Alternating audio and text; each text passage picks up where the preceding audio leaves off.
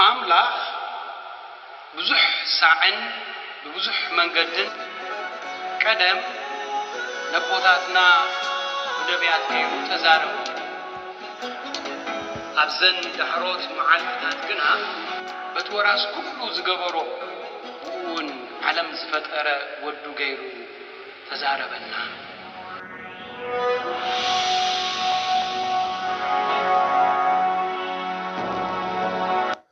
ناي علوتو أبناي لاتين قداسي زنبام نبابات قال أملاخ قداماي نباب قداماي مصحف نقس معراف عسران حدن كفضي حدك سعفضي عسرته شدشته نابوتي إزرائيلاوي أبي إزرائيل أبتغابيت منغستي أكاب نقص سماريا أتغلتو ويني نبرو أكاب دمان نابوتي أتغلتو وينها أبتغابيت منغستي سلزخونت أتغلت حملي كخونا نسحبني أبكن دوخا كاو زبلس أتغلت ويني كهبكا وين تفتخا جمجامو جنزب كهبكا إلو تزاربو نابوتي دما نقص أكاب رستي أبوتاتي كهبكاس እግዚአብሔር ካባይ ይርሕቆ ብሎ አካብካ በቲ ናቡቴ ኢዝራኤላዊ ርስቲ አቦታተይ ሳይህበካን ኢሉ ተዛሪብዎ ዝነበረ ቃል ጉህዩን ተቆጢዑን ናብ ቤቱ አተወ ገጹን ንየው መሊስኻ ደቀሰ እንጌራውን ምብላዕ ዓበየ ሰበይቱ ኤልዛቤል ድማ ናብኡ መጺኣ ስለምንታይ እንጌራ ዘይትበልዕ እንታይ ኮንካ ኢኻኸ መንፈስካ ጉህዩ ዘሎ በለቶ ንስኻ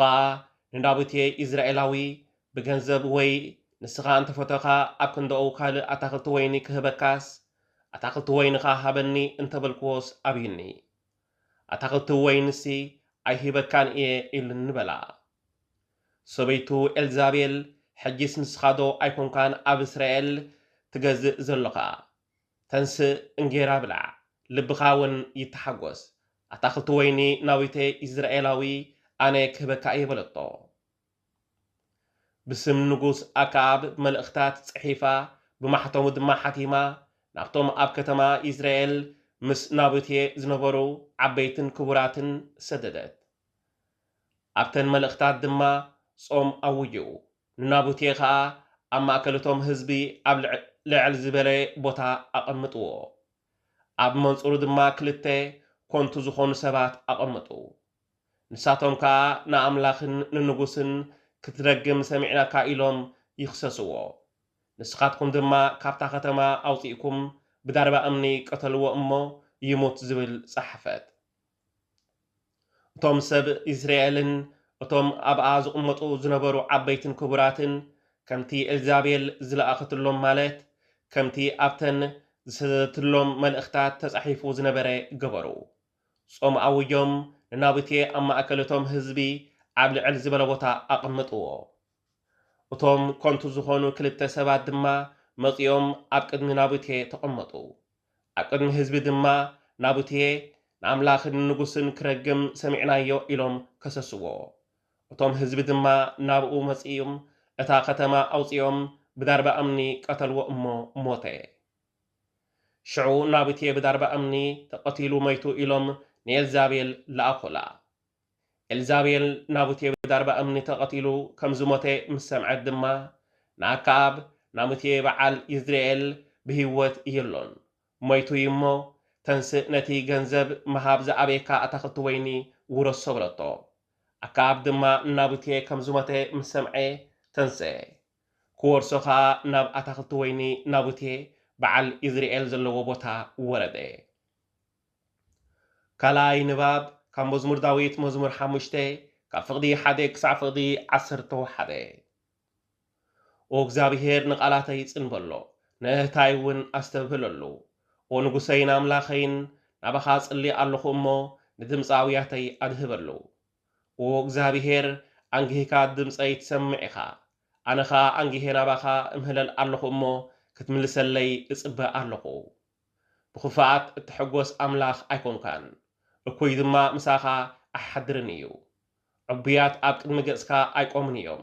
ንገበርቲ እከይ ዘበሉ ትጸሎም ኢኻ ንስኻ ኦ እግዚኣብሔር ሓሶትን ዝዛረቡ ተጥፍኦም ንቐተልትን ጠበርትን ከዓ ትፍንፍኖም ኢኻ ኣነ ግን ብብዝሒ ምሕረትካ ናብ ቤትካ ከኣቱ ናብ ቅድስቲ ቅዱሳን ኣቢለ ከዓ ብፍርሃት ክሰግድ እየ ኦ እግዚኣብሔር ጸላእተይ ብዙሓት እዮም ጽድቂ ክገብር ምርሓኒ ክስዕበካ እውን መንገደይ ኣቕንዓለይ ጸላእተይ ዝብልዎ ኣይእመንን እዩ ልቦም ጥፍኣት ዝመልአ ጎረሮኦም ከዓ ዝውሕጦ ክፉት መቃብር እዩ ብመልሓሶም ይጥብሩ ወኣምላኽ ንስኻ ኮኑኖም ንሳቶም ኣብ ዝኣለምዎ ምኽሪ ይውደቑ ካባኻ ዓልዮም እዮም እሞ ብዙሕ ኣበሳ ስለ ዝገበሩ ስጎጎም ኣባኻ ዝዕቆቡ ኩሎም ግና ይተሓጐሱ ንስኻ ኣጽሊልካዮም ኢኻ እሞ ንዘለዓለም እልል ይበሉ ብስምካ ዘፍቅርዎ ድማ ብኣኻ ይፈትሑ ሳልሳይ ንባብ ካብ ወንጌል ማቴዎስ ምዕራፍ 5 ካብ ፍቕዲ 38 ክሳብ ፍቕዲ 42 ዓይኒ ኣብ ክንዲ ዓይኒ ስኒ ኣብ ክንዲ ስኒ ከም ዝተባህለ ሰሚዕኩም ኣለኹም ኣነ ግን እብለኩም ኣለኹ ንኽፉእ ኣይትቃወምዎ የማነይቲ መትልሕካ ንጸፍዓካ ግን እታ ካልኣይቲ እውን መልሰሉ ነቲ እጀ ጠባብካ ክወስድ ኢሉ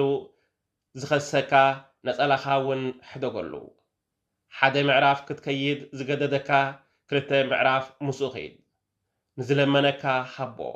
ካባኻ ክልቃሕ ንዝደሊ እውን ኣይትኽልኣዮ እዚ ቃል እግዚአብሔር አምላክ እዩ ቃል እግዚአብሔር አምላክ ዝተመስገነ ይሁን እግዚአብሔር